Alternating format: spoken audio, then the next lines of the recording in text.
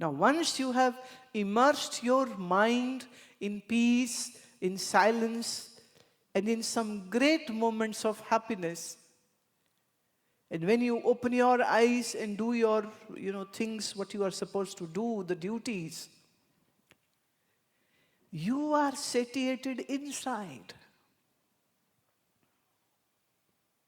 अगर आपने ध्यान का रस सुबह उठते पिया है, अगर आपने सुमिरन में मन लगा करके आराधना साधना की है, सच जानिए, जैसे अभी लंदन में गर्मी चल रही है, हाँ, तपिश होती है, और फिर एकदम हवा चलने लग जाए, जैसे आज सुबह चलने लग गई, तो ये जब हवा चली तो वो ठंडी हवा आती है तो सुख देती है, खुशी देती है।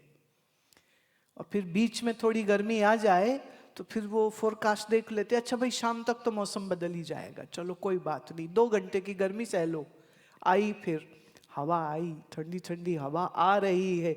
जैसे बाहर की ठंडी हवा हमें खुशी देती है, मैं आपसे यह कहना चाहती हूं कि जब आप ध्यान में बैठते हैं तब आप अपने मन को खुद से एक ठंडक दे देते हैं, एक सुख की अनुभूति पा लेते हैं, मन को विश्राम दे लेते हैं, और इस आनंद और इस विश्राम के बाद जिंदगी की, संसार की जो धूप होती है वो फिर ऐसी भी खराब नहीं लगती है, बल्कि ये भी कंपैरिजन करने को मिल जाता है कि जब आंख बंद करके बैठे थे तो मन खुश था, मन प्रसन्न था, मन आनंद में था, और फिर आपने आंख खोली, आप अपने किसी फैमिली मेंबर को मिले या आप अपने ऑफिस में किसी को मिले, और वो एकदम frustrated and angry and is just ready to burst and is showing a very bad behavior to you, and at that time you will not impulsively get angry on that person because you have experienced the joy and the peace within. Maybe you will feel compassion for this person who doesn't knows how to meditate, who doesn't knows how to do sumiran, and this poor person is in such a bad state and is suffering, and here that person is just vomiting that suffering to you. मन में आपके उसके लिए गुस्सा नहीं आएगा, आपके मन में उसके लिए हो सकता है दया आए, प्यार ना भी आए, पर दया जरूर आएगी कि काश इसके जीवन में सुमिरन होता, ज्ञान होता, ध्यान होता। और जैसे आज सुबह मेरे दिन की शुरुआत सुमिरन से हुई और अंदर सुख और शांति के साथ मेरा दिन शुरू हुआ, काश इसका भी दिन वैसे ही शुरू हुआ होता तो इसकी हालत ये नहीं होती जो आज हो रही। अभी 2.5 साल बाद this is my first trip outside India. मेरे बहुत से आश्रम के लोगों ने कहा आप क्यों जा रहे हो, आप मत जाओ, जिसको जरूरत होगी वो अपने आप यहाँ गन्नौर आश्रम में आ जाए, आप क्यों जा रहे हैं, आप मत जाओ। मैंने कहा नहीं, तुमने बात तो बिल्कुल सही कही, प्यासों को आना चाहिए कुएं तक, कुआं चल के क्यों जाए। लेकिन हमारे कुछ प्यासे जो हैं वो बुद्धि से बहुत छोटे बच्चे हैं। जैसे छोटा बच्चा नींद आए तो रोता है पर अपने आप सोता नहीं है, तो माँ को उठाना पड़ता है, छाती से लगाना पड़ता है, उसकी पीठ सहलानी पड़ती है और धीरे धीरे थपकी देती है माँ, और फिर वो बच्चा सो जाता है। The child doesn't know how to sleep on its own. Then the mom or dad has to pick up the baby and comfort the baby or sing something or walk with the child on their chest and massage their back, and then just slowly the child just goes into that beautiful sleep. मैं क्या करूं, मैं क्या, कुछ बच्चे हमारे ऐसे हैं ना वहां पर, इतना प्यार है नहीं कि उठ के हिंदुस्तान मेरे तक आए, बट इतना कम भी नहीं है कि हम उनको छोड़ दें। तो बात ये हो गई है, उतना आग नहीं है कि मुझ तक आए, पर इतने भी कम नहीं है कि हम उनको भूल जाएं, इसलिए मुझे जाना पड़ेगा। हाँ मुझे जाने दो, तो इसलिए आज अभी आपके सामने बैठी हूं मैं।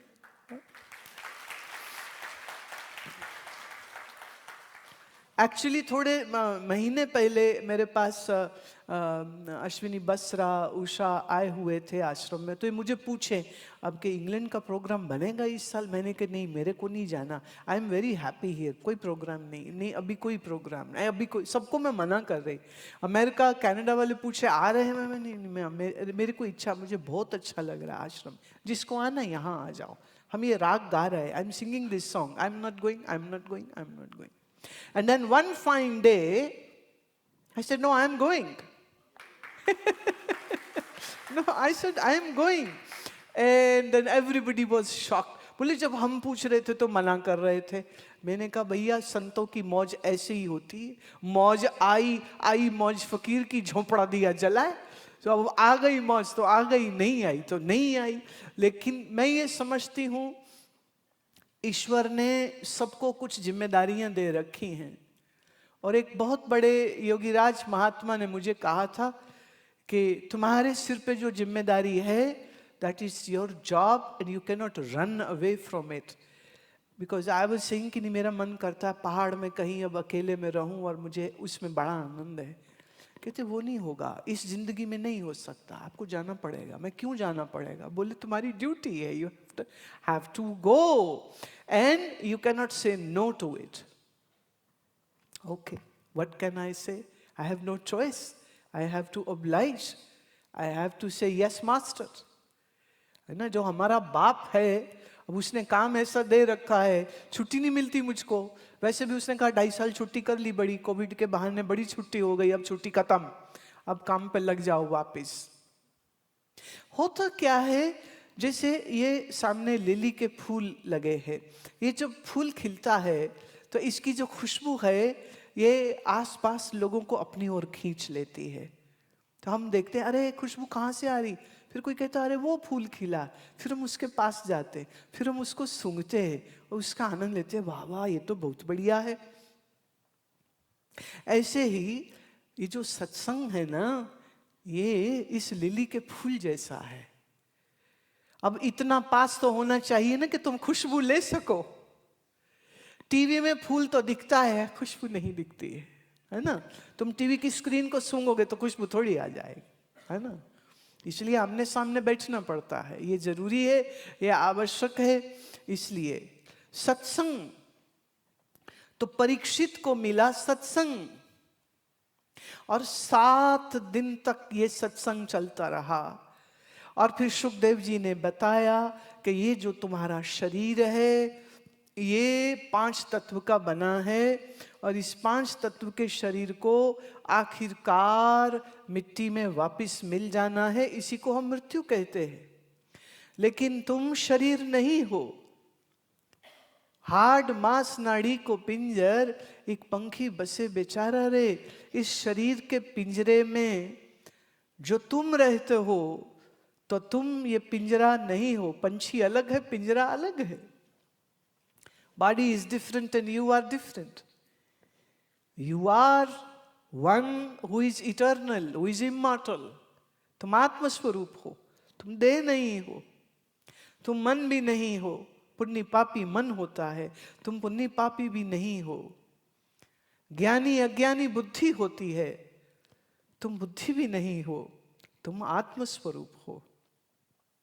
तुम्हारा अगर सीधा संबंध है तो वो परमात्मा से है, और परमात्मा से संबंध सच कहूं तो जोड़ना नहीं है, वो तो जुड़ा हुआ है।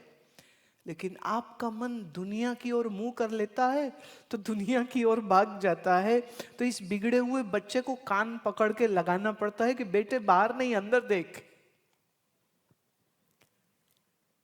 So you are already in oneness with divinity. We don't have to do anything to be one with the divine.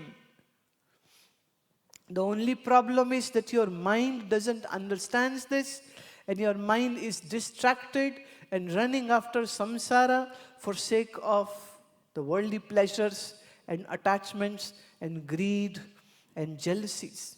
उसको ठीक करने की जरूरत है।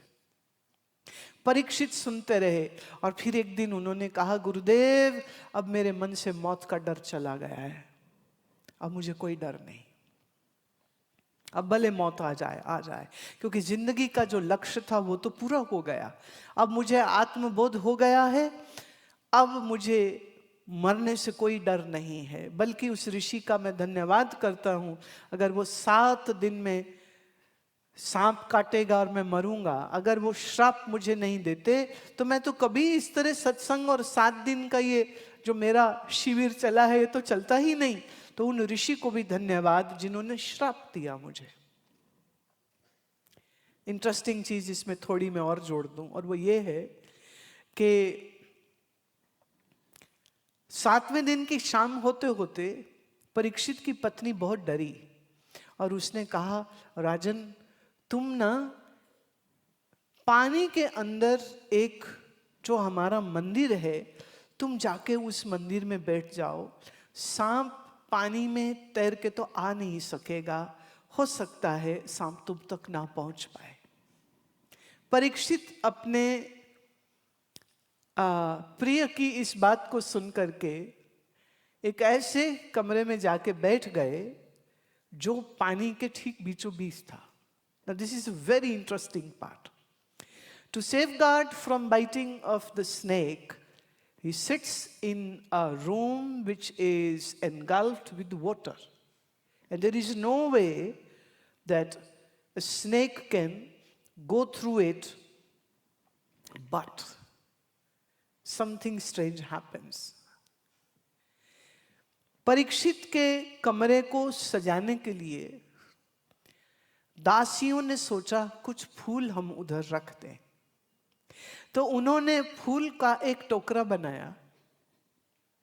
इतने में कब तक्षक नाग आया और तक्षक नाग उसी फूल की टोकरी में बैठ गया। दासी फूल की टोकरी लेके भीतर जाती है,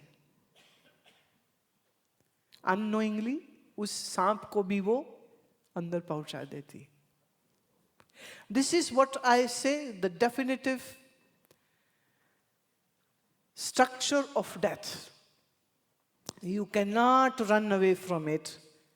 When it is going to happen, it will happen. Where it is going to happen, it will happen.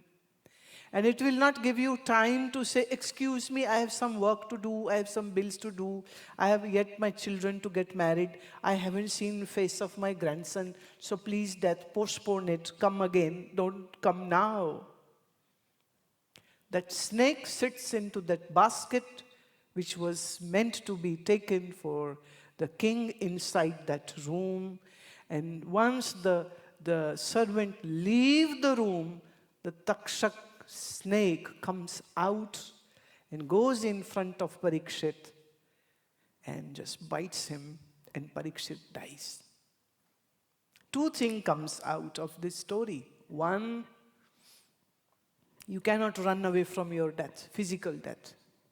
2, if you have realized who you are with the satsang, if you have known who you are, what you are, and if you have broken the shackles of darkness and ajnana, then even death cannot scare you, and you will not tremble when that time of finally departing from this body, from this world is going to happen. Parikshit को ये दोनों चीजें मिली, एक मौत हुई, 2 मौत होने से पहले आत्मज्ञान चूंकि हो गया, इसलिए उन्होंने खुशी खुशी इस मृत्यु को स्वीकार किया, क्योंकि सत्य की प्राप्ति तो वो कर चुका है, ज्ञान की प्राप्ति तो कर चुका है, परमात्मा की प्राप्ति तो वो कर चुका है, इसलिए अब मरने से कोई डर नहीं था उनको। अब बात ये उठती है कि क्या आप भी एक परीक्षित बनना चाहोगे? क्या आप अपने मन से मौत के डर और भय को दूर करना चाहोगे? क्या आप आत्मज्ञान प्राप्त करके ब्रह्म विद्या के द्वारा अपने स्वरूप को प्राप्त करके, सत्य की प्राप्ति करके, सच्चिदानंद घन की प्राप्ति करके निश्चिंत, मुक्त आनंदमय होना चाहोगे या नहीं। पर याद रहे, दो चीजें चाहिए इसमें। एक तो ये समझ के ये जरूरी है, दूसरा आज मानव जीवन है, ये ईश्वर की कृपा है। पुण्य कर्म कुछ होगा तो जीवन में संत भी होगा और सत्संग भी होगा, ये भी एक बड़ी कृपा की बात होती है। तो ईश्वर की कृपा से मानव जीवन मिला हुआ है, हमारे पुण्य और ईश्वर की कृपा से सत्संग भी मिला हुआ है। तो अब एक चीज की जो कमी है वो ये है कि जितने जोर से आपको अपनी साधना करनी चाहिए, आप इस कमी को बस ठीक कर लीजिए। Once you have an organized yogic discipline in your life and you continue to do your meditation and your contemplation, then it's very much possible that you can gain and attain the greatest heights of spirituality in this very life. मुश्किल नहीं है, पर जैसे एक दुनियावी masters degree लेने के लिए 16-17 साल आप लगाते हैं, ऐसे ही इस ऊंची से ऊंची प्राप्ति को करने के लिए जितनी साधना होनी चाहिए, जितनी साधना करनी चाहिए, वह कमी जो है उसको तो आप ही दूर करेंगे ना। मेरा काम है आपको याद कराना, मेरा काम है आपको सिखाना, मेरा काम है आपको जागरूक करना। मैं कर रही हूं, मेरी कोशिश है, पूरी कोशिश है, लेकिन मेरी कोशिश तब तक पूरी नहीं, तब तक मुकम्मल नहीं है जब तक आप उतना ही सहयोग साथ में नहीं देते।